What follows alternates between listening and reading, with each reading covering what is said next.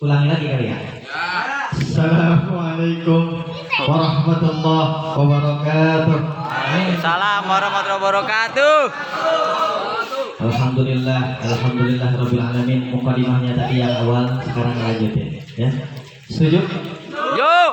Sebelumnya mohon maaf Ustaz Diki, Ustaz Dani, Ustaz Cep, Bib. Berdiri ini kita nih. Maaf ya.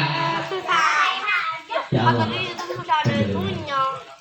Berdirinya saya di sini bukan mau menggurui, bukan mau mengajarkan. Saya yakin di sini semua udah pada tahu, udah pada paham. Tapi saya juga yakin semua yang hadir di sini itu manusia, betul? Maaf, ada yang bukan manusia? Semuanya pasti manusia. Kata ulama al-insan mahlul khata' wan nisyan.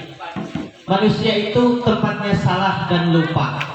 Dikit-dikit salah, dikit-dikit lupa. Wajar, namanya manusia. Makanya datangnya saya ke sini buat apa? Mengingatkan. Ya. Karena tadi manusia adalah tempat lalai dan lupa, maka diingatkan.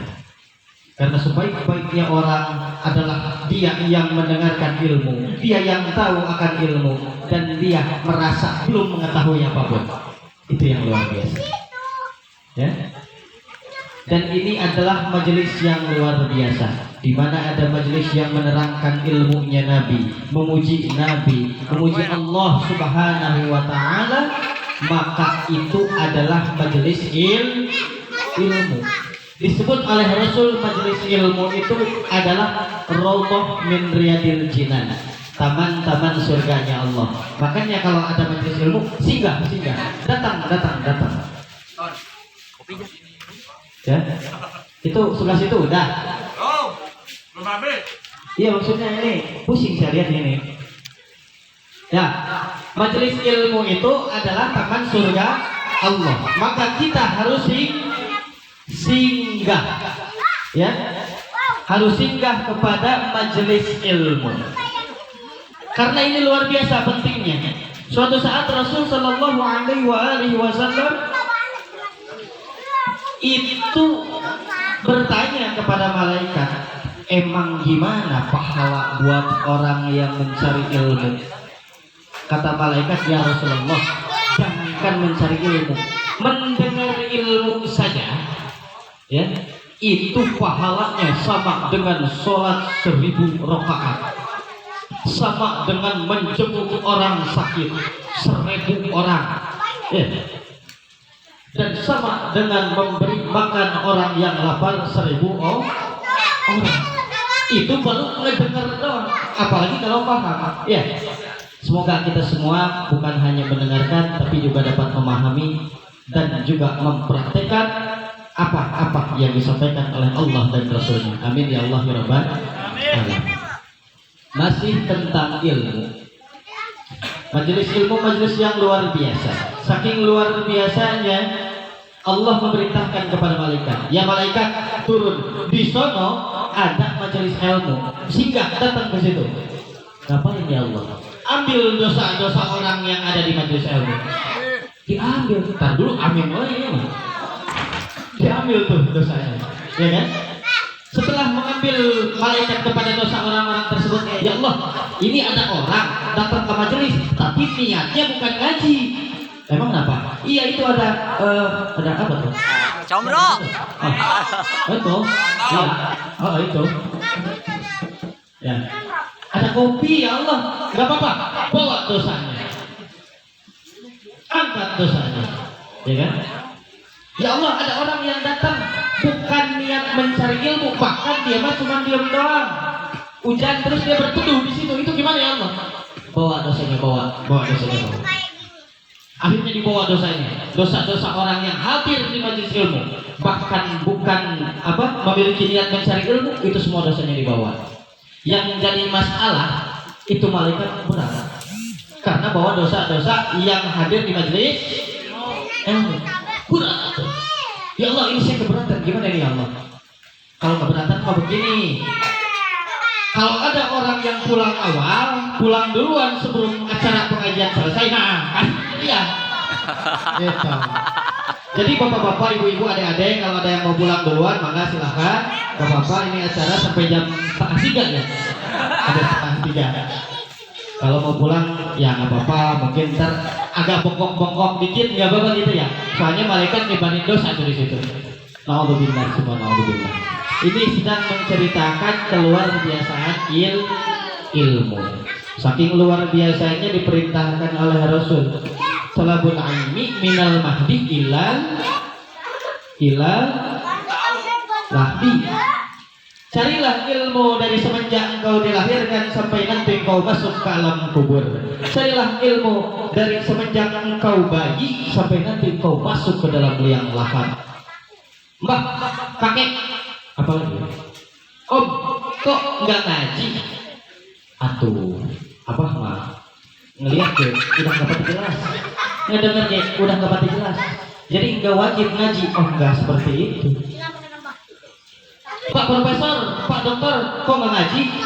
Profesor, Dokter, tar dulu. Kata Rasul Sallallahu Alaihi Wasallam, talabul ilmi faridatun ala kulli muslimin. Itu yang sahih. Talabul ilmi faridatun ala kulli muslimin wal muslimah itu dhaif, tapi boleh diamalkan untuk menopang hadis sahih. Mencari ilmu itu diwajibkan bagi umat muslim, laki-laki maupun perempuan, mau anak-anak, mau udah dewasa, mau laki-laki, mau perempuan, mau kakek-kakek, mau nenek-nenek, mau om-om, mau tante-tante, teteh-teteh, semuanya wajib mencari ilmu. Dan alhamdulillah pada malam hari ini kita hadir di sini untuk sama-sama menimba ilmu, dan semoga mendapatkan ilmu yang bermanfaat yang bisa dipraktekkan di dalam hidup dan berkehidupan sehari-hari. Jangan amin doang, tapi dipraktekkan. Ya. Amin doang mah. Nomor 2 amin mah. 1, 2. 2. Jangan ke situ. Ay, soran we. Ya. Kita hadir di sini dalam rangka acara memperingati Maulid Nabi Muhammad Sallallahu Alaihi Wasallam. Apa itu Maulid? Ayo. Kelahiran. Maulid. Goceng. Maulid. 10.000. 20. Ya. 1.000.000. Hangus. Nah, lama. Maulid itu adalah menerangkan, menjelaskan kelahiran Nabi Muhammad Sallallahu Alaihi Wasallam. Yang mana kita sekarang ada dalam bulan dilahirkannya Nabi Muhammad Sallallahu Alaihi Wasallam. Saat para tabi'in bertanya kepada para tabi'in dan kepada para sahabat, kapan dilahirkan Nabi Muhammad Sallallahu Alaihi Wasallam? Kata para sahabat dan kata para tabi'in, wulida Nabiyuna Muhammad Sallallahu Alaihi Wasallam fi Makkah yaumal itsnaini fi tsani asyara min syahri Rabiul Awal amal fili. Apa katanya? Fili. Ya. Nabi Muhammad Sallallahu Alaihi Wasallam dilahirkan fi Makkah, di Mekah, yaumal itsnaini, hari Senin, fitani asara, dalam tanggal 12 min syahrir Rabiul Awal, dalam bulan Rabiul Awal, amal fili, tahun Ya. serempai wae orang kieu memang kieu. Atuh ngobrol atuh. Ini bukan khutbah, kita bisa saling apa? Sharing gitu. Masa saya cerita tadi sendiri aja. Ntar pulang nih saya nih. Pulang ya. Ya udah, ntar M3. Ya Allah, canda itu. Nabi dilahirkan di Mekah tanggal 12 dalam bulan Rabiul Awal, tahun gajah. Kita ada dalam bulan Rabiul Awal. Yang ingin saya ucapkan adalah, yang ingin saya katakan adalah, bulan Rabiul Awal itu bulan biasa-biasa, bukan bulan istimewa. Seperti itu, ya. Kata Allah Subhanahu wa taala, aku menciptakan langit dan bumi dan apapun saja yang ada di antaranya, juga aku menciptakan 4 bulan haram yang disebut arba'atun hurum. Ya. Yang mana 4 bulan haram ini, maksud kata haram tersebut mulia, istimewa, luar biasa. Berarti ada 4 bulan yang dimuliakan dan diistimewakan oleh Allah. Kemudian sahabat bertanya kepada Rasul, ya Rasulullah, 4 bulan yang dimuliakan itu bulan apa saja? Kata Rasul sallallahu alaihi wasallam, ketahuilah yang 3 itu berdekatan, yang 1 itu terpisah. Yang 3 itu ibu-ibu jempek wae, yang 3 itu berdekatan, yang 1 itu terpisah. Apa ya Rasulullah yang berdekatan? Zulqa'dah, Zulhijjah dan Muharram. Sedangkan 1 yang terpisah adalah Rajab. Ini adalah 4 bulan yang dimuliakan oleh Allah. Rabiul Awal mah biasa-biasa, tidak ada istimewa-istimewanya. Tapi tatkala dilahirkan Nabi Yuna Muhammad sallallahu alaihi wasallam pada bulan Rabiul Awal, maka bulan Rabiul Awal menjadi bulan yang mulia. Ini menunjukkan bahwa Nabi kita, Rasul kita, Nabi Yuna Muhammad adalah Nabi, adalah Rasul, Khatamul Anbiya, Imamul Mursalin, penutup para Nabi. Tapi pemimpin para Nabi adalah makhluk yang agung. Saking agungnya, bulan yang biasa-biasa jadi bulan yang luar biasa. Bahkan negara yang biasa-biasa saja, orang-orang jahiliyah, maaf, pada bodoh-bodoh itu semua. Orang Mekah, sini bang enggak. Orang Mekah itu pada bodoh-bodoh dulu. Kata siapa? Kata keterangan. Bahkan ada adat jahiliyah, maaf, seperti ini. Ada suami istri belum punya keturunan, lalu ini suami memerintahkan kepada istrinya, maaf, untuk berhubungan dengan 10 laki-laki lain. Kemudian apabila jadi janin terus hamil, maka perempuan tersebut tinggal pilih mau sama lakinya atau mau pilih di antara 10 orang yang tadi.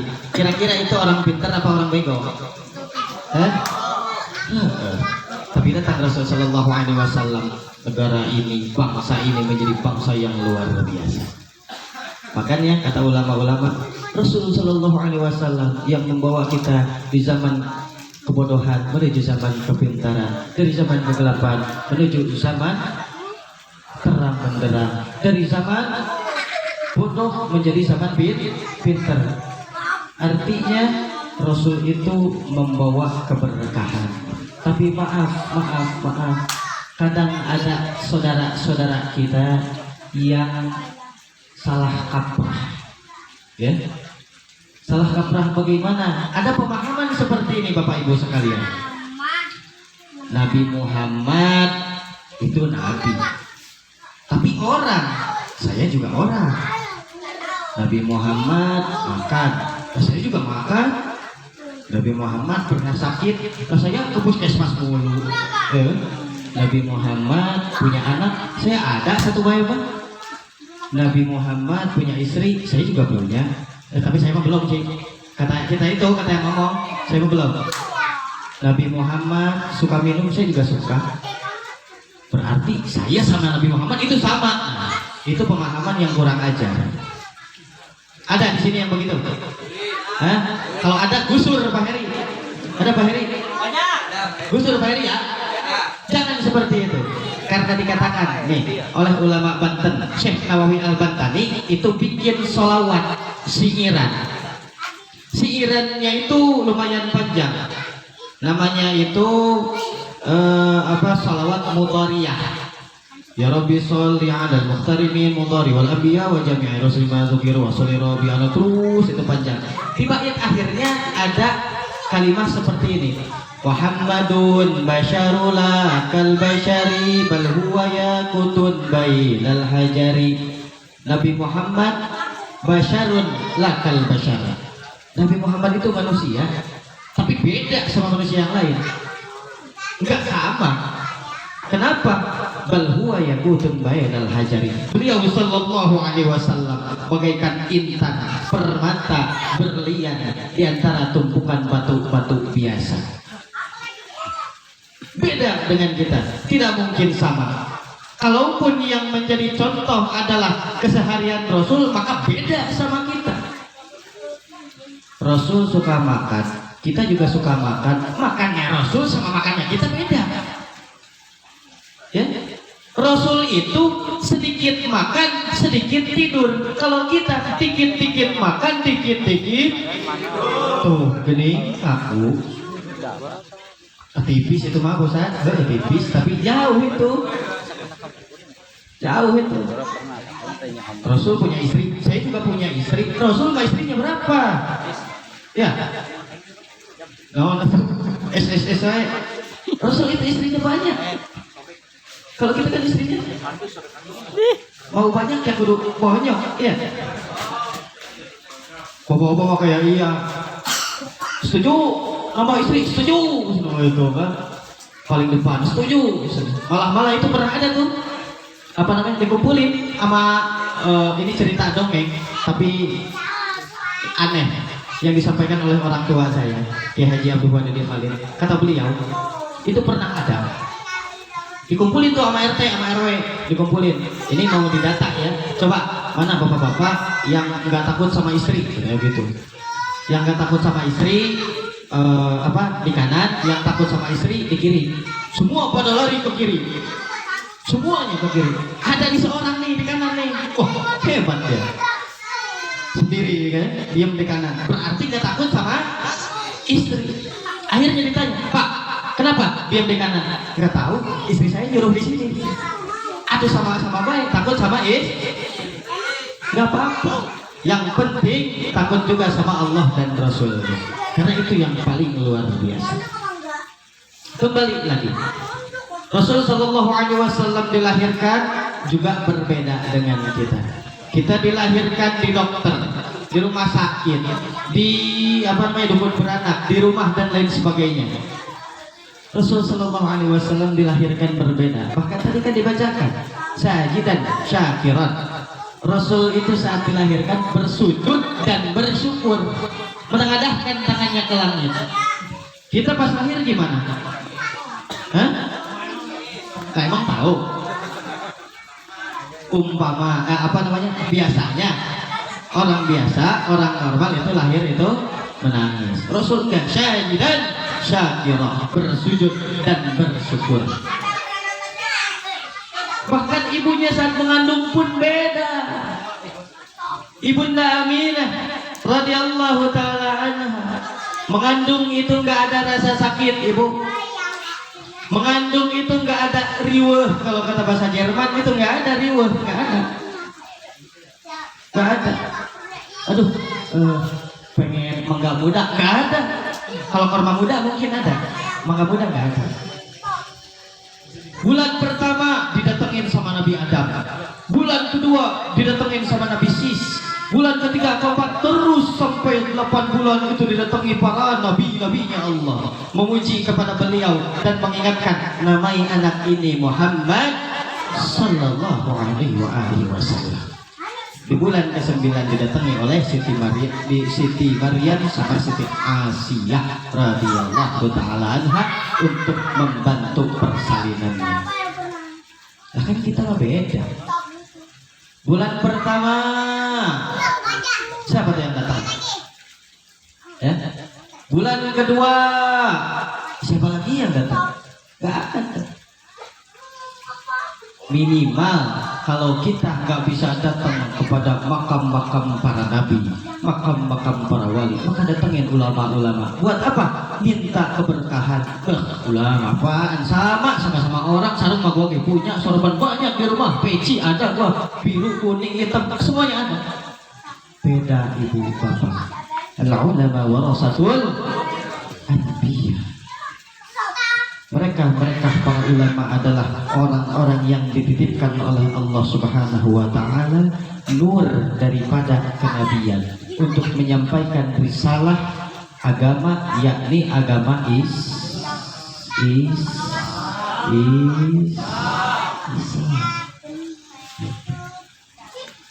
Maka kita harus menghormati, bukan hormat kepada orangnya, bukan hormat kepada ulamanya, tapi kepada keilmuan yang dia miliki, kepada nur ilmu yang ada di dalam hatinya. Dan ini juga merupakan keberkahan dari Nabi Muhammad SAW. Guru-guru kita punya ilmu agama dari siapa? Dari gurunya. Gurunya punya ilmu agama dari gurunya, terus dari para wali, dari para tabi'ut tabi'in, dari para tabi'in, dari Nabi Muhammad SAW, dari Allah Subhanahu wa taala melalui perantaraan malaikat Jibril alaihi yang membawa ilmu Rasul itu menjadi luar biasa pula. Masya Allah, Masya Allah. Allah.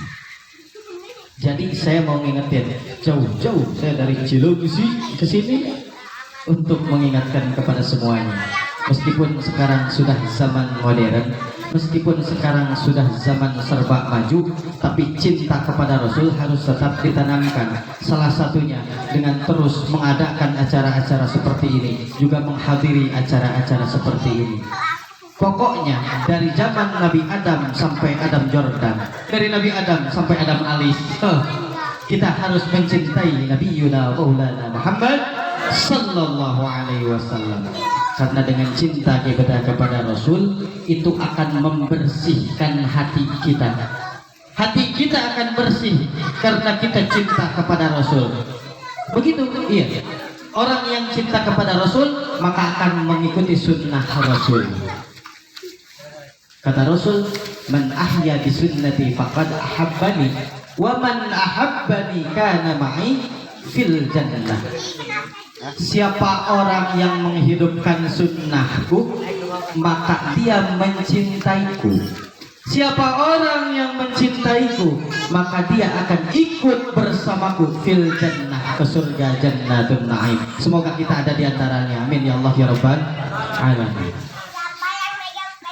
Cuma begitu, jangan modal cinta doang. Ya Rasulullah, aku rindu padamu.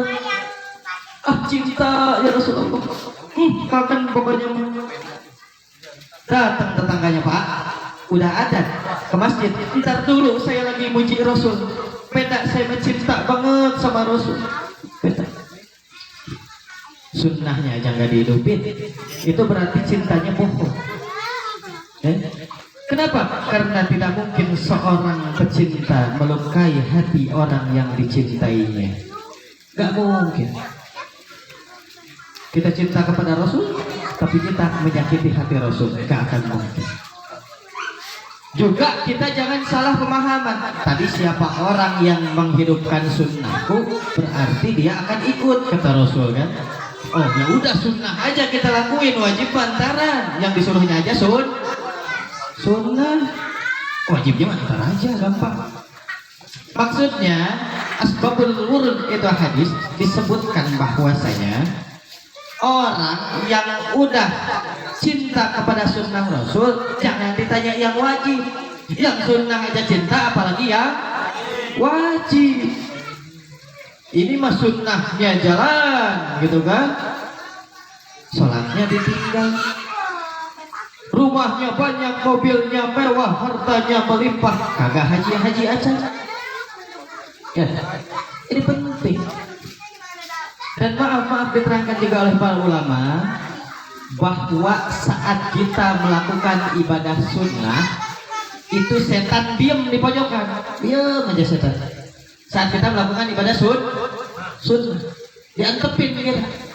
Ada yang sedekah, biarin. Ada yang senyum aja dia mah, karena tahu hadis tabassum fi wajhi akhika laka shadaqah. Senyum kita kepada saudara kita adalah sedekah. Dia senyum aja, diantepin.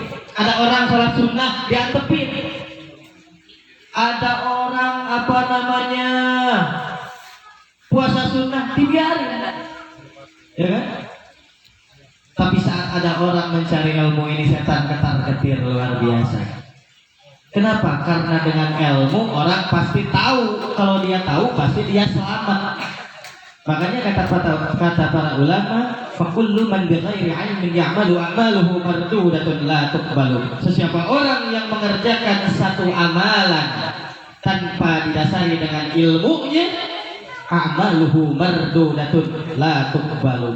Maka amalan tersebut tertolak, tidak diterima.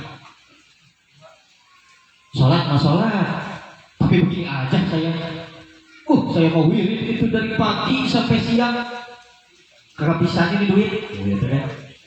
Saya sholat sunnah, wah sampai bengkak-bengkak kaki.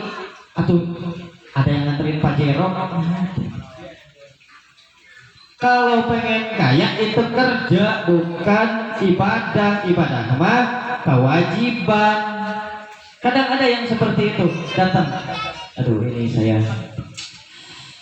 punya hajat, saya pengen beli rumah, kira-kira ada amalan yang bisa dikerjakan bosan? Ada, kata saya. Baca surat An-Nas 3 kali, surat Al-Falaq 3 kali, surat Al-Ikhlas 3 kali, surat tanah dan surat kendaraan di sekolahin. Insya Allah itu dapat rumah.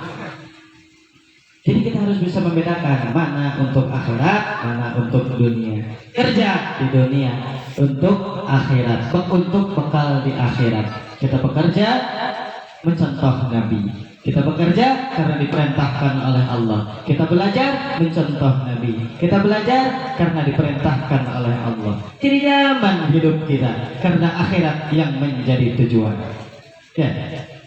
Semoga bertambah kecintaan kita, bertambah ketakziman kita kepada Rasul Sallallahu Alaihi Wasallam. Bukan cuma teriak-teriak doang tadi, tapi kita tetap mencari ilmu untuk memperbaiki ibadah kita, muamalah kita, bertetangga kita, bersosial kita, dan menjadi warga negara yang baik, juga paham dan teguh kepada ajaran Allah dan Rasulnya. Seperti itu. Ya, ini saya yakin udah 30 menit lebih. Saya yakin. Udah. Soalnya ini udah semutan. Serius ini. Dikit lagi ya. Ya. Rasul Sallallahu Alaihi Wasallam juga berkata, bu'ithu liutammima makarimal akhlak. Wa fi riwayatin ukhra innamal bu'istu liutammima makarimal akhlak. Sungguh aku diutus untuk menyempurnakan akhlak. Dan akhlak Rasul adalah akhlak yang luar biasa. Saat Nabi bisa meminta apapun saja yang ada di alam dunia, tapi Nabi menolaknya. Bahkan saat ke Taif, Nabi ke Taif niat untuk berdakwah.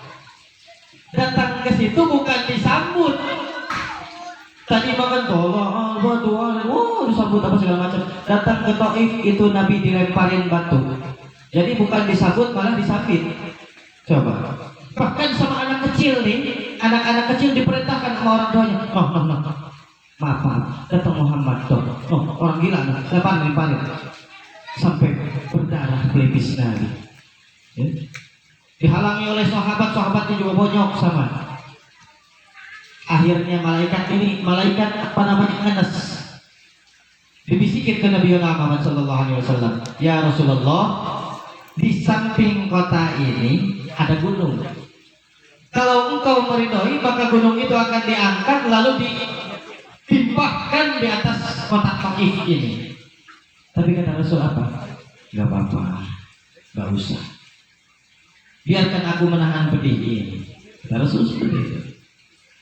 Tapi ini orang-orang gak ada yang menghormatimu, malah kamu dilempari batu. Gak apa-apa. Mungkin orang tuanya pada belum kenal kepada ajaran Islam. Nanti anak-anaknya semoga bisa menjadi mujahid dan mujtahid dalam agama Islam. Dan benar, anak-anak Taif itu ikut perang membersamai Rasul Sallallahu Alaihi Wasallam. Maka ini penting penanaman akidah juga keilmuan kepada anak-anak kita. Syubanul yaum rijalul ghad. Pemuda hari ini adalah pemimpin di masa depan. Ya, nggak akan ada yang tahu hari ini main hadroh, beberapa tahun kemudian jadi presiden. Presiden hadroh tapi iya. Artinya nggak ada yang tahu, tapi harus diantisipasi. Kita didik anak-anak kita ke jalan-jalan yang benar, jalan-jalan yang diridhoi oleh Allah. Kenapa? Subhanallah yaum rijalul ghad. Jangan maaf, jangan ngedidik pakai handphone. Ya? Banyak kasus di sono, bahkan di Bandung juga banyak. Ini rada anti. Ngajinya lihat di YouTube. Bukan nggak boleh, boleh, tapi harus benar-benar. Harus benar-benar. Kalau bisa YouTube-nya itu yang premium ya. YouTube-nya yang premium. Khawatirnya saat ngaji ini kita, orang yang akan masuk surga adalah orang yang Shopee COD, Shopee. Nah, karena nggak premium itu. Iya kan? Iklan. Ada lagi terlalu banyak menyerap hal-hal dari internet daripada hal-hal yang benar-benar seharusnya diserap. Contoh, guru-guru kita mengajarkan kepada kita, bahwa itu dzikra taqarruban Allah afdhu dzikri fa'lam annahu la ilaha illallah, la ilaha illallah, la ilaha illallah. Gitu kan? Budak anak sekarang itu beda. Ada tuh lagu Korea, apa tuh sama goyang-goyang kepalanya, tapi maknanya jauh berbeda. Betul?